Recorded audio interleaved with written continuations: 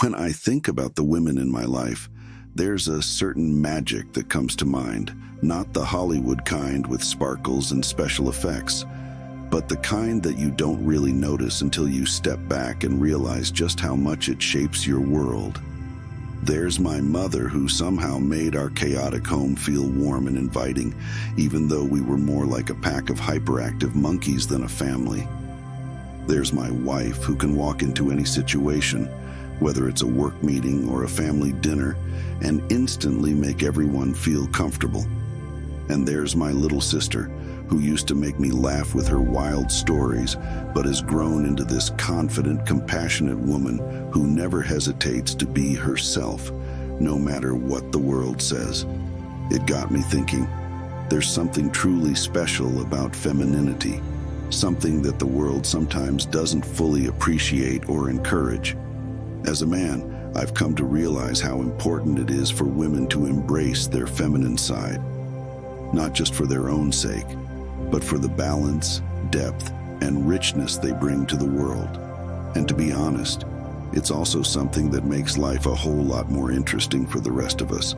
Let me take you through some stories that might help explain why I, and other men I know, feel this way. The power of vulnerability. There's this notion that femininity is about being soft, gentle, maybe even weak. And for a long time, I bought into that idea because, let's face it, it's what society sells. But then something happened that completely shifted my perspective. It was a few years ago. My wife, Sarah, and I were in the middle of a pretty rough patch. We were stressed out, constantly arguing about the dumbest things, like whether the milk should go on the top or bottom shelf of the fridge. One night, after yet another ridiculous argument, Sarah sat me down and said, "Can we talk? Really talk?" What followed was the most vulnerable conversation I've ever had. She didn't hold back. She opened up about her fears, her insecurities, the things that were weighing her down. She cried. And let me tell you, it wasn't the kind of graceful movie star crying where one single tear rolls down the cheek. It was the full-on, snotty, hiccuping kind of crying. And as I sat there, I realized something. This was the strongest I'd ever seen her. Her vulnerability wasn't a weakness.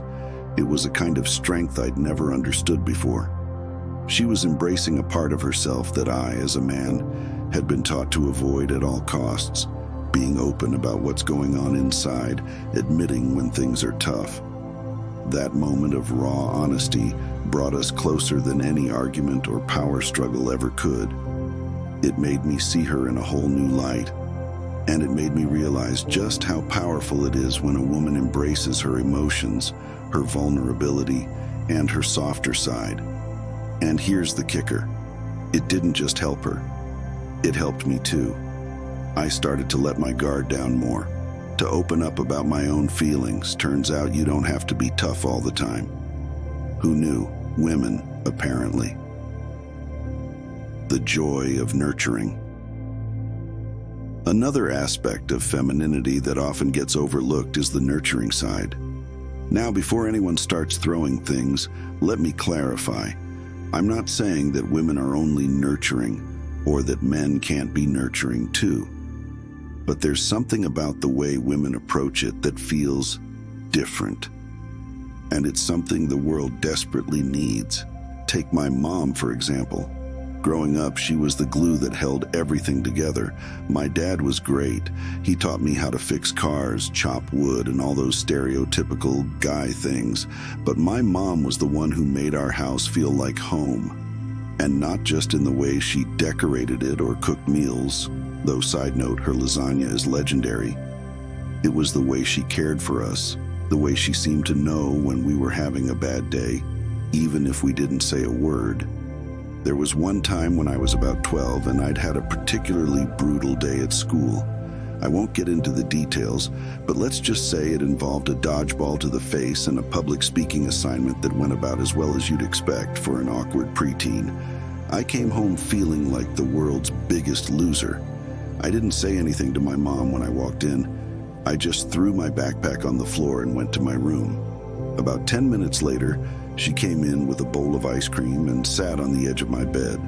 She didn't ask what was wrong or try to give me a pep talk. She just sat there, handed me the ice cream and said, "I thought you could use this." I didn't realize it at the time, but that was her way of nurturing. She didn't need to fix my problems or lecture me about resilience. She just knew what I needed in that moment and provided it. That's something I see so many women do, whether it's comforting a friend, taking care of their family, or supporting their partner.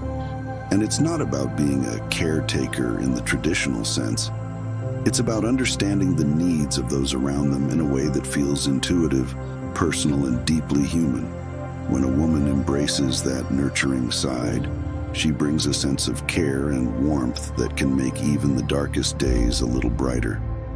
It's a kind of quiet strength that too often goes unnoticed, but trust me, it makes all the difference in the world. The feminine confidence. Now let's talk about confidence. I've got this friend, Jake, who is what you'd call a guy's guy. He loves his beer, his football, and his BBQ. We've been friends since college, and he's the kind of guy who oozes confidence, or at least what we think confidence looks like as men. He's loud, assertive, the kind of guy who will bet on himself no matter what. And while I respect that kind of confidence, there's another type that's equally, if not more, powerful, feminine confidence.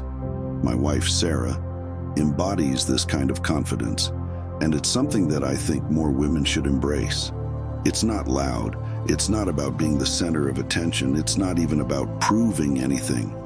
Feminine confidence, from my perspective, is about owning who you are and being completely unapologetic about it. I'll never forget the time Sarah and I went to a work event together. It was one of those cocktail party networking things where everyone's trying to outdo each other with their latest achievements. I was nervous, feeling like I needed to put on a show to impress people. But Sarah, she was cool as a cucumber. She wasn't interested in competing with anyone or boasting about what she'd done. She just walked in, smiled, and started talking to people like she'd known them for years. At one point, someone asked her about her job. She's a teacher.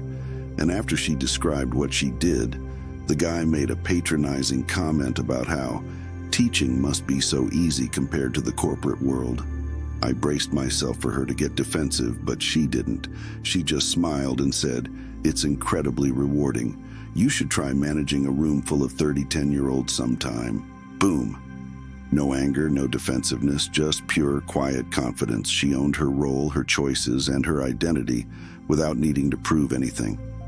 That's the kind of confidence that comes from embracing who you are, not who the world expects you to be. And when women embrace that, it's impossible not to admire it. As a man, it's inspiring. It makes you want to step up your own game and be just as comfortable in your own skin. Feminine strength, not what you think. Now, I'd be lying if I said that for a long time I didn't buy into the traditional stereotypes of strength. I thought strength meant being tough, stoic, and never showing emotion. But then I saw the women in my life, and they taught me that strength looks very different when it's paired with femininity. My sister, Amanda, is one of the strongest people I know.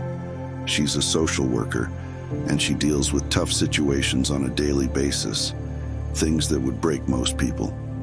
She's seen kids in crisis, families falling apart, and people at their lowest points. And yet, she never loses her compassion, her empathy, or her ability to connect with others. One day, we were talking, and I asked her how she deals with all the emotional weight of her job without burning out. She thought about it for a moment, and then said, "I don't avoid the hard stuff. I let myself feel it. That's how I stay strong." That hit me like a ton of bricks. For so long, I'd equated strength with avoiding emotions, with pushing through pain and discomfort. But here was my sister telling me that real strength comes from facing those emotions head on. That's the kind of strength that women embody when they embrace their feminine side. It's not about being tough in the traditional sense. It's about being resilient, compassionate, and emotionally intelligent. Women who embrace their feminine side aren't just strong in the way the world defines strength. They're strong in a way that's deeply human. They balance grace and grit, compassion and courage. And that's a kind of strength that men could learn a lot from. Conclusion: the world needs feminine energy. As a man, I can't pretend to fully understand the complexities of what it means to be a woman or to navigate the world in a female body. But I do know this: the world needs more women to embrace their feminine side. It's not about fitting into some narrow definition of what femininity should look like. It's about owning who you are, your vulnerability, your nurturing instincts, your confidence, and your unique strength. When women embrace their femininity, they bring balance to a world that desperately needs it. They remind us that it's okay to be soft in a world that glorifies toughness. They show us that strength can come from maturity, empathy, and compassion, not just power and control. And they teach men like me that being human means embracing all sides of ourselves, masculine, feminine, and everything in between. So, ladies, please don't shy away from your feminine side. The world is better, richer, and more beautiful because of it. And trust me, the men in your life, we notice it, we admire it, and we're all better for it.